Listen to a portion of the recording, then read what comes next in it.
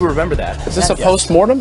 Let's bring in Nigel Farage, member of the European Parliament, leader of the Brexit movement, and one of our favorite guests here on Fox and Friends. Nigel, welcome to the show. First, your reaction there to hearing Donna Brazile saying, we got it wrong, we got a little cocky. What do you think? Well, I think that's right, and I think, isn't that the story of 2016, actually, that the Remain camp in my country thought they'd win, and the Democrats in America thought they'd win, and we've had these two big electoral surprises. So we start this year.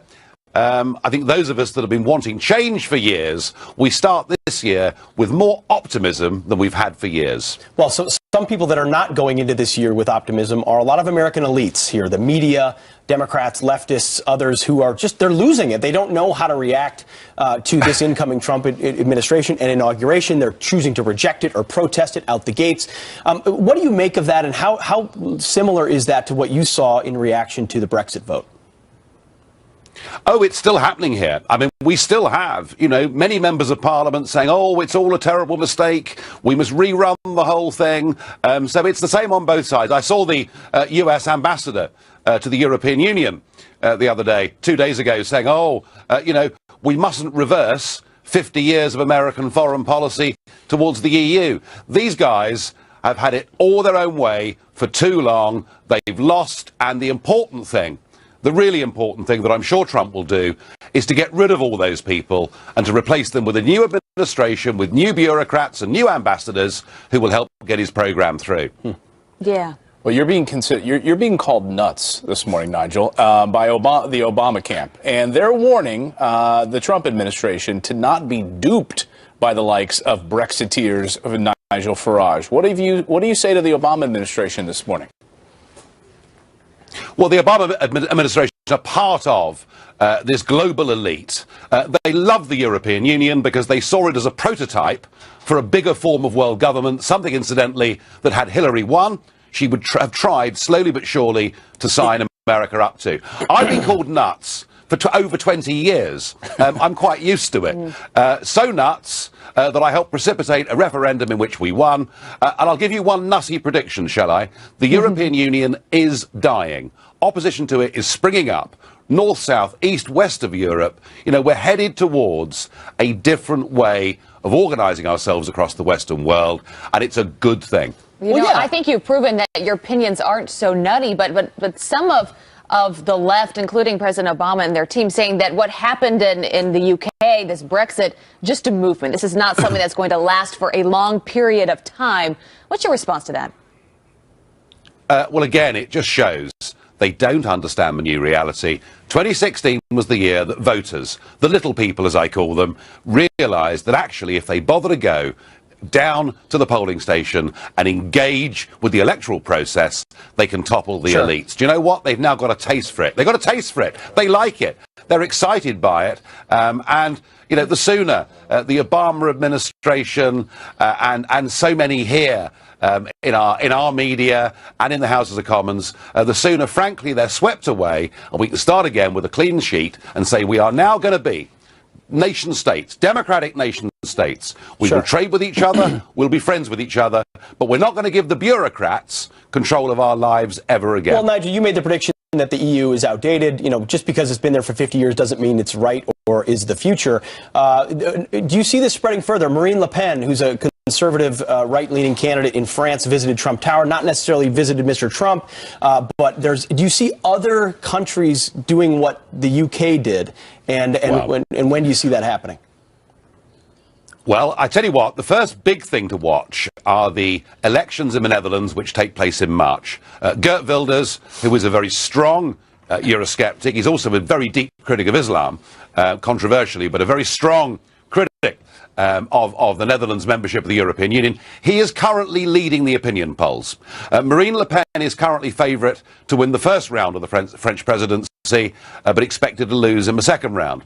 These things are happening right across Europe. What I would say is this: whether Wilders and Le Pen win or not, well, that depends on events over the course of the next few months. But whether they win or don't, what they will do is they will shift the centre of gravity of the whole debate within France and the Netherlands. And overnight, the Deputy Prime Minister of the Netherlands has said that open borders in Europe are a race to the bottom in terms of workers' wages. So whether we get the dramatic upsets like Trump and like Brexit or not is tough to call at this moment, but don't rule it out. But even if we don't, the argument is changing. Yeah, Nigel, we could have you here all morning long. Always great to talk to you. Thank you, sir. Nigel Farage, thanks so much.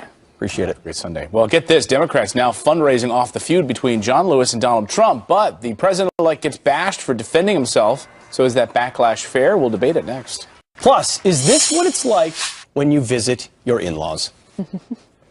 I love your daughter, Jack. I love her more than anything.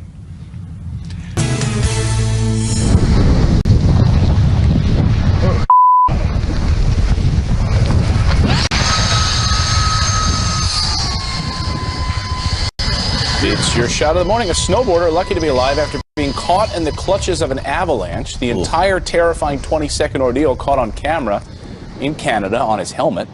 The strange screech you just heard there was a life-saving airbag backpack that's used to protect skiers and snowboarders during an avalanche. You know, the women in his family actually gave him that as a birthday gift this year. Wow. And it ended up saving his life. It like blows up and then creates space for you to get out if you're covered. Air pocket, yeah. Wow. Glad that it worked out. He's like, oh, this is a nice stocking stuffer. Good planning. Thanks. Maybe I'll put it on today. Thanks. All right, we do want to get to a Fox News alert and a terrifying turn of events. A group of tourists after their bus plunges down a cliff, seriously injuring 5 people. Both American and British tourists were on the New Zealand bus when it plummeted down a bank and crashed into a water below, trapping at least 1 person underneath. 15 people were on board at that time. The cause of this crash is still under investigation. And mysterious death piling up at Fort Hood. A young soldier found dead while on duty earlier this week. Sergeant Alex Dean Taylor is one of more than a dozen troops stationed at the Texas base who have died since November. The Army says foul play is not suspected in the 23-year-old's case, but they aren't completely ruling it out as they conduct a full investigation. And there's this morning, a heartwarming reunion, 18 years in the making. This story is unbelievable. A girl kidnapped just 8 hours after birth finally meets her biological parents. Police tracking her down through DNA testing. Kamea Mobley's father says he always knew this day would come. Listen. But never give up hope. Always thought I'd find it. Always thought I'd find it. The woman who allegedly stole Kamea at birth is facing life in prison on kidnapping charges. However, the 18-year-old defending her captor posting this picture of the two of them on Facebook saying, "My mother is no felon." Crazy story. And the secret to a happy marriage apparently isn't your spouse, it's the in-laws. I love your daughter, Jack. I love her more than anything. But frankly, sir, I'm a little terrified of being your son-in-law.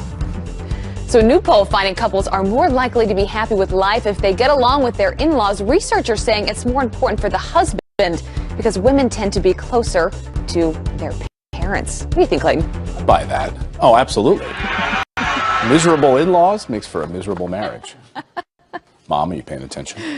Responding to Georgia Congressman John Lewis's assertion that his presidency was not legitimate, Mr. Trump tweeted this yesterday. Congressman John Lewis should spend more time on fixing and helping his district, which is in horrible shape and falling apart, not to mention crime infested, rather than falsely complaining about the election results. All talk, talk, talk, no action or results. Sad. Well, now the Democrats are fundraising over the feud and are unleashing a Twitter firestorm this morning with people like New York Congressman Yvette Clarke tweeting this: "Cowardly Donald Trump isn't fit to polish hero John Lewis's boots." So is this backlash fair? Here for a fair and balanced debate this morning, Democratic strategist Danielle McLaughlin and former national spokesperson for the Trump campaign, Katrina Pearson. Danielle, anytime I hear that people are now fundraising on the backs of something, my antenna go up. Like a grasshopper. And it seems to me this was all some sort of larger plan. Do you buy the argument, is John Lewis untouchable? John Lewis is an American hero, and Democrats are fundraising on this because what Donald Trump did is completely and utterly unacceptable. This is a man who had his skull broken. This is a man who marched on Selma. This is a man who had a bus firebombed so that we could be more free and more equal. This is a man who stands for American values. And what he's talking about when he talks about the legitimacy of this election is the involvement of a foreign state that favored Donald Trump to win the election. He has a First Amendment right to say what he thinks. And what happened here was that Donald Trump blew it. He blew it big time because what he could have said was, I understand what is going on, and he could have reached out to Mr. Lewis, to Representative Lewis, and extended an olive branch. But instead, he just slammed him, and I think it was a huge wasted opportunity. Your response to this, Katrina? Well, you know, one of the things that she left out about John Lewis is the fact that he attacked Donald Trump. And Donald Trump also has a First Amendment right to defend himself. So this criticism is not fair. And it's never supposed to be fair for Republicans, because Republicans are supposed to sit down, shut up, and be publicly humiliated and never defend themselves. And all that changed when Donald Trump entered the arena, who has said several times, if you attack me, I will hit you back. That's exactly what happened here. But this is what Democrats do. They pick a fight and they play the victim, and that's all that's happening here. Danielle, here's what Piers Morgan had to say. He came to Trump's defense in this. He said, John Lewis trashes Trump as illegitimate president, so Trump has a pop back, but only Trump is the villain? Am I missing something here?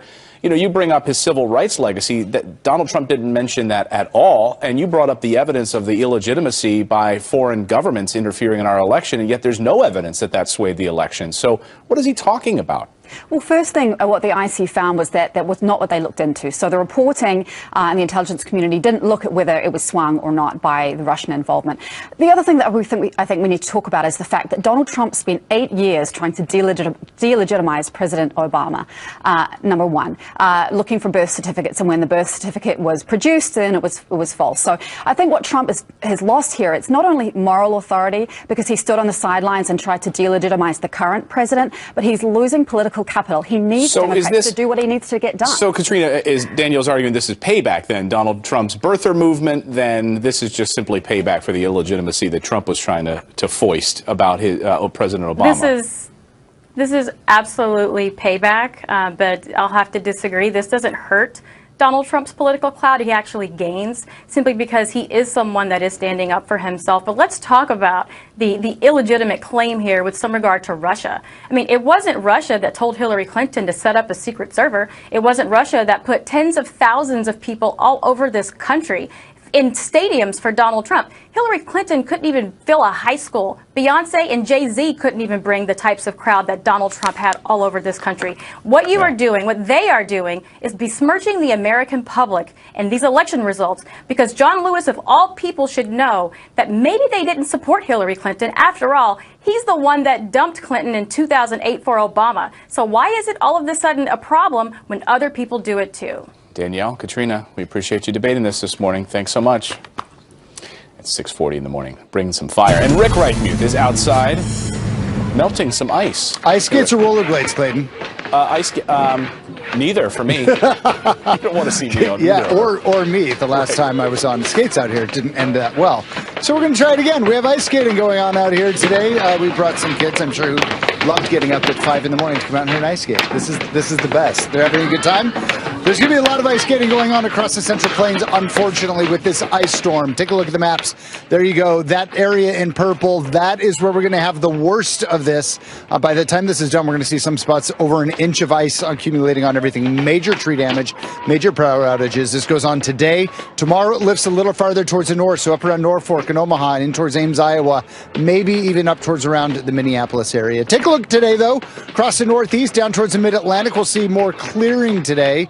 A little bit of rain moving across parts of the central Appalachians during the afternoon hours. A chilly day as well, though. Down across the southeast, we're going to be incredibly warm, but we are going to watch those storms across parts of Texas. Some of those could be severe later on. And finally, a little bit farther towards the north, this is where that ice is going to pull off a little bit towards the north later on in the day. And be very careful out on those roads. All right, guys, send it back to you inside. Thank you, Rick. I wish you give the winner. Oh, right on cue. Oh, no. Are you all right? Oh, Are you okay? no. We'll take the camera back. We're gonna make sure he's all right here. We'll get somebody out We'll there. let Rick. It happens. It's live television. Everything's okay. It's going to be us in a few hours, so. Yeah, that probably will be. So we'll check it out. All right, the Washington Post under fire once again for playing fast and loose with the facts to make the president-elect look bad. Details next. Plus, we'll be back after this. Good morning, everyone. Happy Sunday. It is January 15th. I'm Abby Huntsman. It is the war of words dominating the headlines this morning. I don't see this president-elect as a legitimate president. Now the left is outraged after Mr. Trump fired back at Congressman John Lewis. Is the civil rights icon now immune to criticism? And after another singer drops out of Mr. Trump's inauguration, we ask, does anyone even care about celebrities and pop stars anyway in their political opinion? Do we? We're getting some yawns. Isn't this about the people who put the president-elect in the White House in the first place? We speak to a member of that silent majority this hour. And can you hear her now? One woman's payback for bad cell phone service. It really is the most amazing video you're going to see all morning. Good cell service? Nice slow drive through. I'm just going to drive right through the front of your store. Fox and Friends Hour 2 starts right now.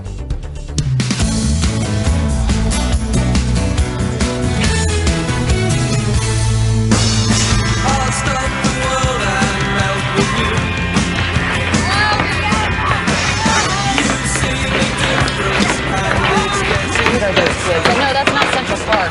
That's actually right outside our studios.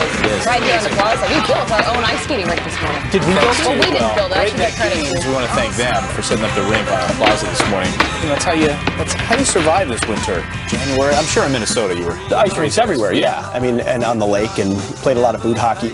A lot of boot hockey, which is different than ice hockey, which is where you wear skates. We wear boots because you're not a good skater. Slide and just slide all over and the you have place. fun. But as far as my skating skills as a Minnesotan, very marginal. Very marginal. We're going to see later on in the show.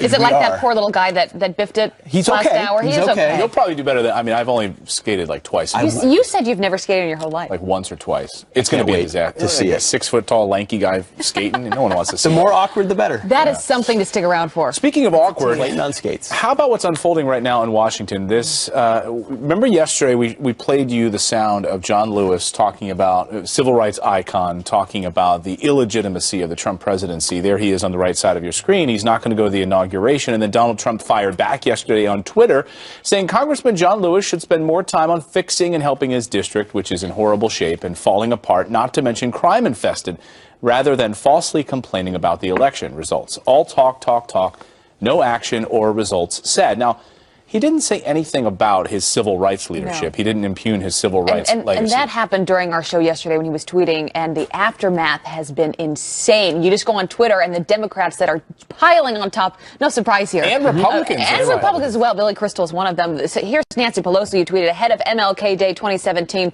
Let us remember that many have tried to silence John Lewis over the years. All have failed. This is Cory Booker. Anyone who attacks John Lewis loses legitimacy in my eyes, especially someone who made such a craven effort to delegitimize Barack Obama. And that's right. And Bill Crystal, a friend of mine, but someone who's been no fan of Mr. Trump, says it's telling. I'm afraid that Donald Trump treats Vladimir Putin with more respect than he does John Lewis. So he wasn't part of the Never Trump movement. Yeah, very much so. I mean, listen. Still seems to be. No one takes away from what John Lewis did 50 years ago. I mean, this is a guy who was beaten and jailed for a stance that is incredibly honorable, and everyone holds that up. But if you look at Mr. Trump's tweet, as always, people go apoplectic and nuts, and they don't look at the context. And he's saying, listen, congressmen, and others have been talking and talking and talking and getting nothing done. Doesn't mean what he did in the past wasn't legit. It just means, hey, why are you calling me illegitimate? I won the election. Well, it's not even him. Now the mainstream media jumping all over his tweets. And watch this coverage of how they followed this. Watch. Donald Trump taking on a civil rights icon. The war of words with Congressman John Lewis. What the president-elect tweeted that is sparking outrage. The protest of one legendary civil rights figure. Trump's harsh words for Lewis sparking an onslaught of outrage. President-elect Donald Trump fires back at the civil rights hero who called him an illegitimate president. But Trump also accused Lewis of being all talk, talk, talk, no action. A charge that seemed to ignore Lewis's history. Beaten and jailed in the struggle for civil rights. No, that seemed to. I don't buy that. Because the tweet had nothing to do with his past. But what I will remind people of, and it's hard to remember when you watch that coverage, who threw the first punch here? Right? Who started this war of words? It was John Lewis who said that he was an illegitimate president to begin with, that he is boycotting this inauguration. That, you could argue, should never have been said. Well, the Democrats firing back at that, though, saying, well, no, wait a second. Donald Trump claimed that President Barack Obama was basically an illegitimate president with the birther movement, and this is their way of firing back. And you're seeing this now in their campaign fundraising. Now they've on the backs of this, Democrats are now fundraising on John Lewis's comments and Donald Trump going after him. We saw fundraising fundraising emails go out yesterday in an effort to raise money. And we're going to ask Kellyanne Conway about all of this at 8:30 when she's on our show. But tell me again why this is about race. Like, tell me again why what Donald Trump tweeted about was at all about civil rights or at all about race. John Lewis, a congressman, regardless of how you want to see his, made a comment about the president not being legitimate who just won the election. The president strikes back, and suddenly now it's about civil rights? No, that's a good point, because it seems like so often it turns back to race when that's not at all what Mr. Trump was tweeting about to begin with. Well, it's a distraction. The caricature they want to create. It's a distraction. Well, and as we talked about yesterday, Democrats are still very much in denial that he is even going to be our next president. I find it kind of sad that we are just days away now from the inauguration, and there is this war of words going on. The country needs healing. We've got to come together. We spoke to the protester in the 6 o'clock hour who said, kind of, if Donald Trump becomes president, she's still using the language of when or possibly. It's like, in what They're going to be so upset when they remove that hyphen elect from his name. They're not going to know how to handle themselves. I don't know if they will. Well, Jennifer Holliday, pop singer, she was going to be performing at Trump's inauguration. She'd agreed to, yeah. She had agreed to initially. Now she sends out this apology, and she saying, I sincerely apologize for my lapse of judgment, for being uneducated on the issues that affect every American at this crucial time in history, and for causing such dismay and heartbreak to my fans. She is now backing out of performing at Trump's inauguration. But this is, so I've read a little bit more about this. This is ultimately all about her, because what is being reported is that she ultimately read an article in the Daily Beast that made her change her mind. The title of this article was... After she agreed to do it. After she agreed to do it. The article in the Daily Beast was Jennifer Holliday will perform at Trump's inauguration, which is heartbreaking to gay fans, to which she then thought, well, I need my gay fans with me. She then backed out of this thing because of this article that she read. But again, and remind me again, who was the candidate who was the first person at the Republican convention to talk about LGBT issues? It was Donald Trump. You know what I mean? I mean, the hysteria here, they'll find any angle whatsoever. And for these pop stars and these celebrities, just have no backbone. Well, when she just say, it's about America. And when she initially agreed to do it, she said, this is for the people. This is for the people. Yeah. And then suddenly when she gets a little pushback, then it's not for the people anymore. It's not for America. It makes me just appreciate the performers all the more that will be there. 3 doors down, as we announced yesterday. Toby Keith, who's said, I'm not apologizing. I am performing at this inauguration, and I'm proud to be performing. I love Toby Keith. Siri just wanted to play Toby Keith. Was just listening to you. Your phone was going just off went off there. New day technology. Yeah. Rick Reichmuth is outside on the ice skating rink this morning with a look at the forecast. Hey, Rick. Hey, yeah, because it went well last time that I was on skates, and last time when this kid was All over good, here. So all good now. The kids. we're doing this all morning long.